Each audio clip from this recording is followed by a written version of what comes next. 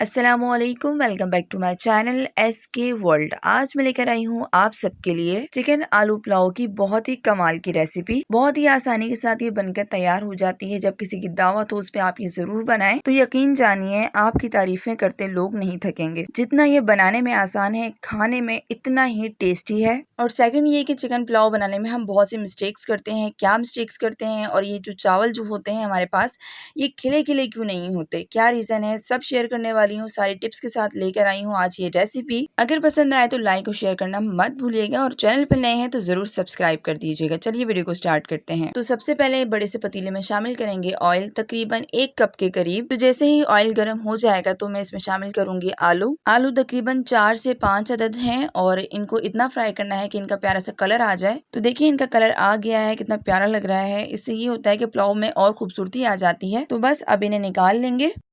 और अब इसी ऑयल में मैं शामिल कर रही हूँ 5 अदद तेजपात, 1 टेबल स्पून के करीब जीरा, काली मिर्च इसके अंदर शामिल करेंगे 10 से 12 अदद और 4 अदद दालचीनी के टुकड़े। अब 2 मिनट के लिए हम इसे फ्राई कर लेंगे। इससे ये होता है कि पुलाव के अंदर बहुत ही जबरदस्त खुशबू आ जाती है। तो यहाँ पर खड़े मसाले जो हैं वो फ्राई हो गए हैं। अब मैं इसमें शामिल कर रही हूँ प्याज। मैंने यहाँ पर प्याज 4 अदद मीडियम साइज के लिए हैं और इन्हें रफली कट कर लिया है। और अब इसे लाइट गोल्डन होने तक फ्राई करना है। इसका डार्क कलर नहीं लाना वरना पुलाव का सारा कलर खराब हो जाएगा। ये देखिए मैंने आपको दिखाया है। बस इतना ही गोल्डन होने के बाद इसमें शामिल करूंगी मैं लहसुन 1 टेबल स्पून के करीब। हरी मिर्ची अगर आपको ज्यादा पसंद है तो आप ज्यादा शामिल कर लें। मैंने यहाँ पर 3 से 4 अदद शामिल की हैं और अब इसे 3 मिनट हम फ्राई करेंगे।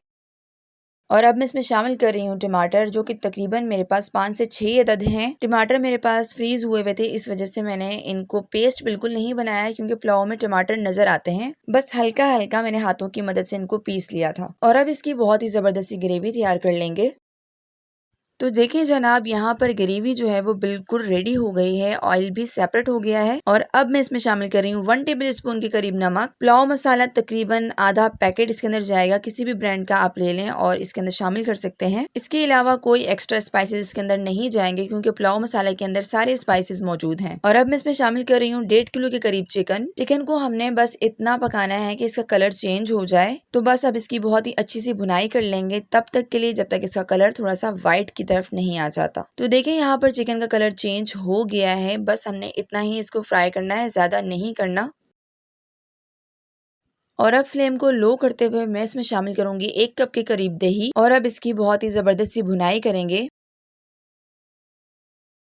तो देखिए माशाल्लाह से कितनी ज़बरदस्त ग्रेवी बनकर तैयार हो रही है और ऑयल फिर से सेपरेट हो गया है। बहुत ही अमेजिंग पुलाव बनकर तैयार होता है। आपने इसे ज़रूर ट्राई करना है। अब साथ ही साथ में जो आलू हमने फ्राई करके रखे हुए थे वो भी इसके अंदर शामिल कर देंगे ताकि आलू में जो कच्चापन रह गया था वो यहाँ पर खत्म हो जाए, चिकन के साथ साथ ये प्रॉपर पक जाए। तो बस अब इसे मिक्स करेंगे और मिक्स करने के बाद जितना कप मैंने दही का डाला था बस उतना ही कप हम इसमें पानी डालेंगे, यानी कि 1 कप के करीब हम इसमें पानी शामिल कर देंगे। इसी में ही चिकन और आलू कम्प्लीटली कुक हो जाएंगे। इसे अच्छी तरह से मिक्स करने के बाद कवर करके तकरीबन 10 मिनट के लिए हम पकाएंगे। चिकन और आलू को तकरीबन 80% हम पकाएंगे और बाकी का 20% ये चावलों के साथ ही पक जाएंगे। तो यहाँ पर 10 मिनट हो गए हैं और तकरीबन हमारा जो चिकन है वो भी गल गया है, ज्यादा नहीं गला। और अब मैं इसमें शामिल कर रही हूँ 1.5 लीटर के करीब पानी, क्योंकि जो चावल मैं इसके अंदर शामिल करूंगी वो तकरीबन 1 किलो से थोड़ा सा ज्यादा है, तो उनके लिए 1.5 लीटर पानी बहुत है। अब मैं इसमें शामिल करूंगी 1 टेबल स्पून के करीब नमक। नमक हस्बे जायका आप इसमें शामिल करें। 1 टेबल स्पून मैंने पहले शामिल कर लिया था, 1 टेबल स्पून अभी कर रही हूँ। और साथ ही साथ मैंने काली मिर्च भी इसके अंदर शामिल की, यानी कि उसका पाउडर शामिल किया है। स्पाइस आप अपनी मर्जी से ऐड कर सकते हैं। अब एक बॉयल आने तक हम इसका वेट करेंगे।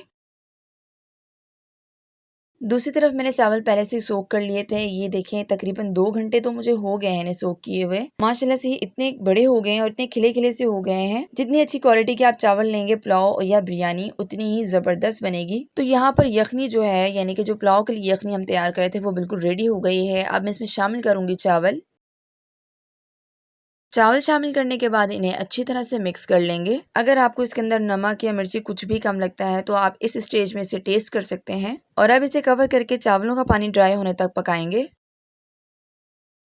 तो देखिए यहाँ पर चावलों का पानी काफी हद तक ड्राई हो गया है, आपको थोड़ा थोड़ा सा पानी नजर आ रहा होगा। तो बस इस स्टेज पे हमने दम लगाना है। उससे पहले हम थोड़ा सा इसको मिक्स कर लेंगे, हल्के हल्के हाथों से मिक्स करेंगे, क्योंकि अगर हम ज़्यादा ज़ोर से चम्मच को इसके अंदर चलाएंगे तो चावल जो है वो टूट जाएंगे, तो समझ लें कि आपका पुलाव जो है वो बिल्कुल बेकार हो गया। और इसी स्टेज में हम इसमें शामिल करेंगे थोड़ा सा हरा धनिया और हरा पुदीना। इससे ये होता है कि एक खूबसूरती आ जाती है पुलाव के अंदर, और साथ ही साथ इसके अंदर जो खुशबू धनिया और पुदीने की होती है वो बहुत ही कमाल की होती है। हल्के हाथों से इसको दोबारा से मिक्स कर लेंगे। इन्हें मिक्स करने के बाद अब इन्हें दम पे लगाना है। दम पे कैसे लगाएंगे? घर में मौजूद कोई पुराना सा तवा, जिसमें आप रोटी वगैरह कुछ भी ना बनाते हो, तो उसके ऊपर आप ये पतीला रखें। तवा रख के दम पे देने का फ़ायदा ये होता है कि चावल जो है वो नीचे की तरफ से जलते नहीं हैं। और अब चावलों को तकरीबन 15 मिनट हम दम पे रखेंगे।